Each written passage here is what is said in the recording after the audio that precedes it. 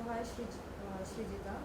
सबसे हाय। पहले जानना चाहेंगे, बिग बॉस में आप गई थी लेकिन अब एलिमिनेट होके बाहर आ गई है, कैसी रही पूरी जर्नी?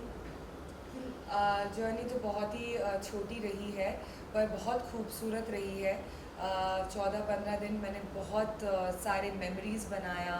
बहुत कुछ सीखने के लिए मिला है। लाइफ में बहुत छोटी छोटी चीज़ें जो हम नज़रअंदाज कर देते हैं, वो सारी चीज़ें सीखने के लिए मिली है।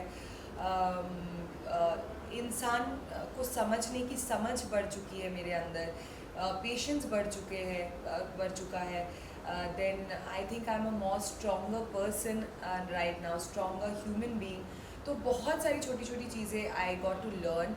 And though the journey was very small, but फिर भी I enjoyed every bit of it, every part of it. मैं थैंक्स कहना चाहती हूँ मेकर्स को और कलर्स को कि मुझे इतनी बड़ी रियलिटी शो में जाने का अपॉर्चुनिटी दिया उन्होंने। और मैं इतने बात मत करो ना। अ, मैं थैंक्स कहना चाहती हूँ मेकर्स को और कलर्स को कि मुझे ये रियलिटी शो में जाने का मौका दिया है और अपॉर्चुनिटी दी है। और इस अपॉर्चुनिटी की वजह से मुझे बहुत कुछ लाइफ में सीखने के लिए मिला है। साथ ही बाहर निकले जब आप, तो फ्रेंड्स एंड फैमिली के तो बहुत सारे रिएक्शंस मिले ही होंगे कि आपको ऐसे नहीं ऐसे करना चाहिए था, और आपने भी एपिसोड्स देखे ही होंगे, तो कितना लाइक कुछ? ऑनेस्टली फ्रेंड्स और फैमिली ने तो ज़्यादा कुछ रिएक्शन नहीं दिया। इनफैक्ट जितना मुझे इंसाइट मिला है फैंस से या फैमिली से या फ्रेंड्स से, यही कि you are doing very well. आप अच्छा खेल खेल रही थी। आप स्ट्रॉन्ग थी। पर जो मुझे एपिसोड्स देख के मुझे लगा कि मुझे और ज़्यादा एग्रेसिव खेलना चाहिए था, क्योंकि कहीं कहीं पे मैं काफ़ी काम थी। कहीं कहीं पे मैंने सिचुएशन को मैच्योरिटी के साथ हैंडल किया है, जो ज़रूरत नहीं था। शायद मुझे और ज़्यादा एग्रेसिवली खेलना चाहिए था। साथ ही बिग बॉस के घर में हम देख रहे थे कि बहुत टाइम से सभी कंटेस्टेंट्स जो थे एक अलग अलग ग्रुप्स में दिख रहे थे। कहीं एक जगह एक अलग ग्रुप बनी है तो एक जगह एक अलग ग्रुप बनी है। तो क्या लगता है, एक ग्रुप में खेलने की वजह से लोग अपना खुद का गेम खेलना भूल जाते हैं, ऐसे आपको लगा है? ऐसा बिल्कुल होता है। क्योंकि आप वहाँ पे इंडिविजुअल खेलने गए हो, आप ग्रुपिज्म करने नहीं गए हो। पर जो ग्रुप की बात आप कर रहे हो, I think it is also about कि आप अगर एक साथ एक घर में रहते हो, तो आपका कनेक्शन कुछ कुछ लोगों से ज़्यादा बैठता है और कुछ कुछ लोगों से आपका कनेक्शन उतना नहीं बैठता है। तो जिन जिन लोगों से आपका कनेक्शन बैठता है, फिर आप उन्हीं के साथ घुलने मिलने लग जाते हो। कहीं ना कहीं जहाँ पे मुझे लगा मेरा गेम भी थोड़ा सा गलत गया था, जब मैं वैसे किसी ग्रुप का पार्ट नहीं थी, मैं ऑलमोस्ट सबसे ही बात करती थी। पर कहीं ना कहीं मेरा गेम थोड़ा सा गलत गया है फ्रॉम द 10th और 11th डे, जब से मैं ज़्यादा निमृत और गौतम और सौंदर्या के साथ हैंग आउट कर रही थी। क्योंकि मेरा बहुत ज़्यादा एनर्जी सौंदर्य और गौतम के रिलेशनशिप को सॉल्व करने में निकल जा रहा था, जो इनफैक्ट निमृत का भी हो रहा था। क्योंकि वो उस टाइम पे वो सब स्टूपिडिटी चल रहा था, किसिंग विसिंग का, कि शालीन उसको किस कर रहा है, वो शालीन को किस कर रही है, और ये सारी स्टूपिडिटी चल रही थी। And obviously Gautam was kind of close to me and Nimrit, तो वो बहुत ज़्यादा अपसेट हो गया था और बहुत ज़्यादा गुस्से में आ गया था। तो काफ़ी टाइम हमारा निकल गया था उस टाइम पे उसको समझाने में या सौंदर्य को समझाने में, जो कि ज़रूरत आई थिंक बाहर आने के बाद मुझे लगता है कि that was not required.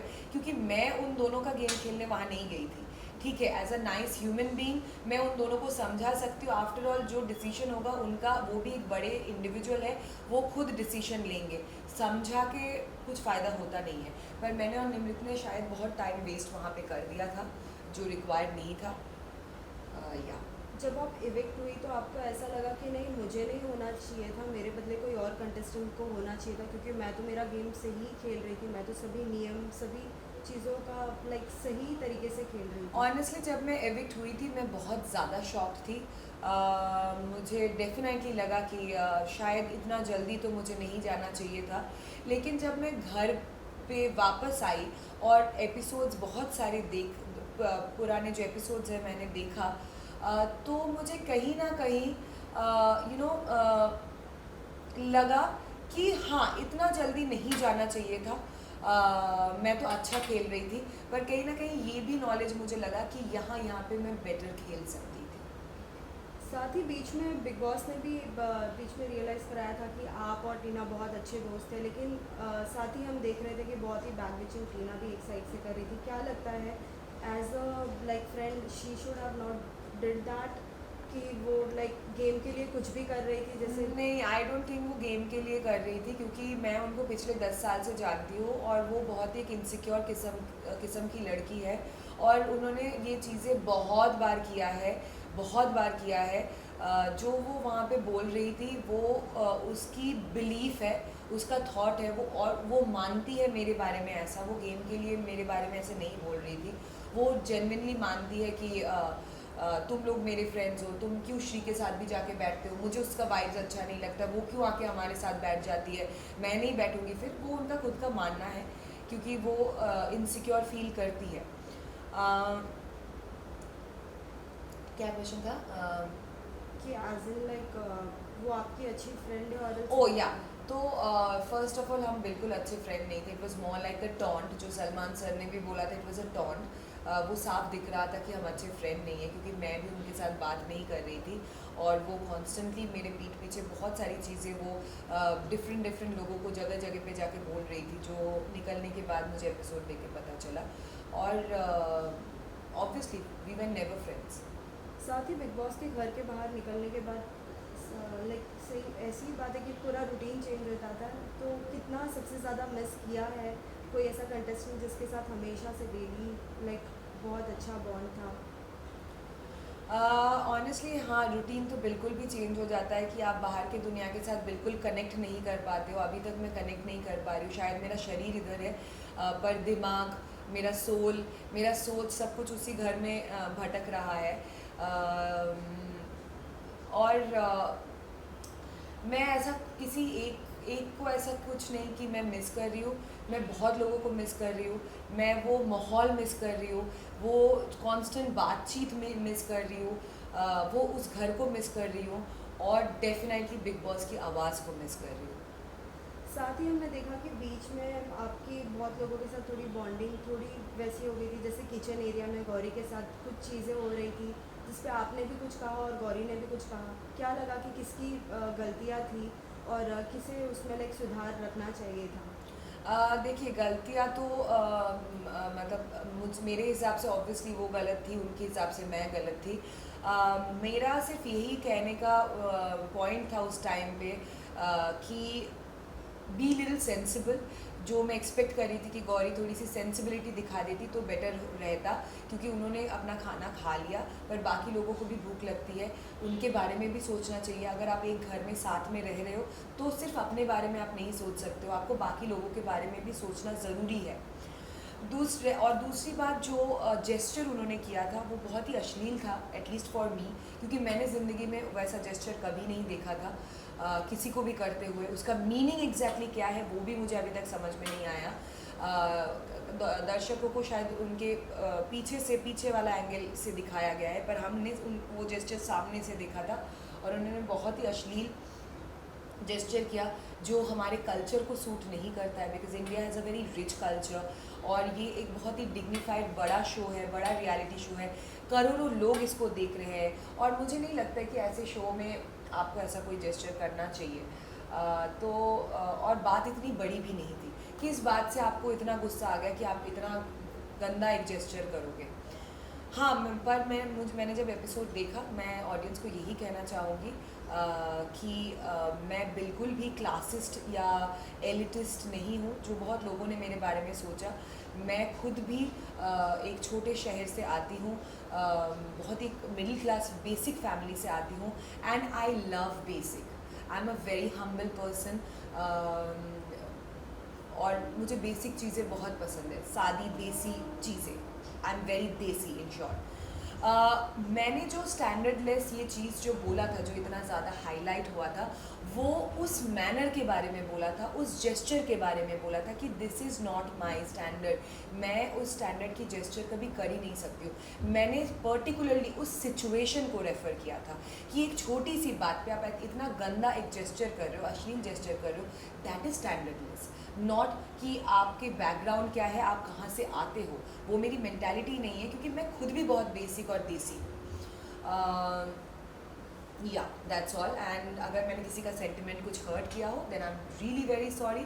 But मैं वापस से बोलना चाहती हूँ, मैंने उस सिचुएशन को, उस सर्कमस्टेंस को, उस झगड़े को मीन किया था, उस जेस्चर को मीन किया था।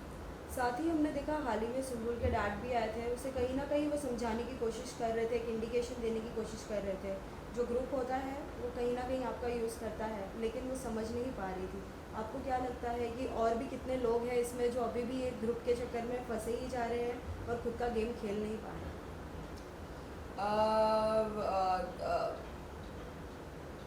ऑब्वियसली कहीं ना कहीं मुझे बाद में लगा कि कहीं ना कहीं मैं भी इसकी शिकार हुई थी। जैसे मैंने बताया कि गौतम और सौंदर्य वाला केस में मैं और निमृत कुछ ज़्यादा ही इन्वॉल्व हो गए थे, जो ज़रूरत भी नहीं था। पर आप जब घर के अंदर रहते हो और आप जेन्युइनली लोगों के लिए केयर करने लग जाते हो, and I am a very caring person. मैं जेन्युइनली गौतम या सौंदर्य के लिए केयर कर रही थी। पर जब अब मैं बाहर से आके चीज़ें देख रही हूँ, तो मुझे लग रहा है कि कहीं ना कहीं इनका रोमांस भी फेक है। तो मैं क्यों किसी फेक चीज़ के लिए केयर कर रही थी। अगला target is for sure Sumbul, क्योंकि सुम्बुल को आके उसके पापा समझा के जाने के बाद भी अंकल ने उस दिन बहुत अच्छी चीज़ें कही है, फिर भी वो नहीं समझ रही है, क्योंकि कहीं ना कहीं वो अपना पोजीशन खो रही है घर के अंदर और वो वीक पड़ रही है, और उसको कहीं ना कहीं किसी का सपोर्ट की कॉन्स्टेंटली ज़रूरत है। और उस डिपेंडेंसी की वजह से वो कॉन्स्टेंटली शालीन और टीना के पास जा रही है और उनको सॉरी बोल रही है, जबकि उनकी गलती भी नहीं है। आप शालीन और टीना को किस बात के लिए सॉरी बोल रहे हैं? सो या I would say Sumbul is also getting involve in this whole thing, group वाला चीज़ में, और वो अपना गेम सही से नहीं खेल पा रही। साथ ही ये भी जानना चाहेंगे, हाल ही में लाइक शालीन ने भी कहा था कि जो मेरी वाइफ है वो मेरी बहुत ही अच्छी फ्रेंड है, लेकिन उसके बाद ही बाहर बहुत सारे लाइक रिएक्शंस आए, आपने भी पढ़े होंगे, आपने भी देखे होंगे। क्या लगता है जो वो कहते हैं वो सच होता है, या फिर वो एक झूठी गेम, एक झूठा फेस लाइक? नहीं, शालीन का मुझे डेफिनेटली डे वन से ही ऐसा लगता है, और बहुत जगह पे भी शायद मैंने ये कहा है that I don't like Shalin because he is extremely fake. वो बहुत ही एक फेक इंसान है। वो कॉन्स्टेंटली कोशिश करते हैं कि अपने बारे में एक फेक इमेज क्रिएट करने के लिए, और वो अपने बारे में एब्सोल्युटली फेक चीज़ें सोचते हैं। वो मतलब अपने बारे में सोचते हैं कि वो सातवीं आसमान में रहते हैं, like all about air, and he is living in a bubble. और वो मैंने पहले भी बोला है कि बबल का क्या होता है ना, कि ज़मीन के ऊपर तो रहते हैं पर बहुत ही जल्दी फट भी जाता है। तो ही इज़ वेरी फेक। और मुझे उनके पर्सनल उस स्पेस पे मैं कमेंट नहीं करना चाहती हूँ कि उनकी वाइफ के साथ उनका क्या रिलेशन है क्या नहीं है, क्योंकि मैंने कभी नहीं देखा है उन दोनों को। But about the show, in the show मैंने जितना शालीन को देखा और समझा है, he is extremely fake. He is constantly trying to portray an absolutely fake image about him towards the audience.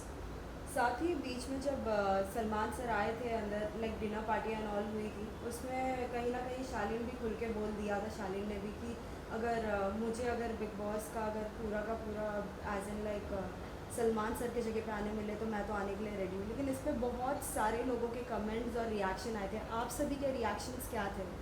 हमारे रिएक्शन भी ये था कि भाई मतलब आपने मतलब उस पे रहो, सलमान खान बनने की कोशिश ना करो, क्योंकि दीज आर लेजेंड्स, राइट? वो लोग लेजेंड्स हैं, और अगर वो आज एंकरिंग कर रहे हैं तो वो 15 या 16 सालों से कर रहे हैं, और वो डेफिनेटली बहुत अच्छे कर रहे हैं। सिर्फ आप, जैसे मैंने बोला, वो फेक इमेज और फेक वजह से, क्योंकि मैं अपने आप के बारे में इतना ऊंचा सोचता हूँ या सोचती हूँ कि मैं अपने आप को सलमान खान की जगह पे देख रही हूँ। बहुत ज़रूरत है कि आपके आंखें खुल जाए और आप उस जगह पे कभी नहीं पहुँच सकते हैं। He is a legend. तो please try to be more respectful towards this kind of people. मुझे लगता है कि उनके अंदर इसकी भी कमी है, रिस्पेक्ट दिखाने की भी कमी है। जिस तरीके से उन्होंने डॉक्टर के साथ बात किया या जिस तरीके से वो ये सब बोल जाते हैं, he needs to learn morals and how to respect people. साथ ही फर्स्ट डे से हमने देखा था कि अर्चना और निमृत के बीच में बहुत सारे क्लैशेस हो ही रहे थे। कहीं ना कहीं लोग ये भी कहते थे कि अर्चना तुम्हारी आवाज़ बहुत लगती है और जब भी तुम बोलती हो कोई मुद्दे पे नहीं बोलती हो, सिर्फ तुम दिखने के लिए बोलती हो। आपको क्या लगता है वाकई अर्चना ऐसी है? नहीं, एक्चुअली मुझे भी इनिशियली ऐसा लगा था, बट वो बहुत ही फ़नी लड़की है, फुल ऑन एंटरटेनमेंट है।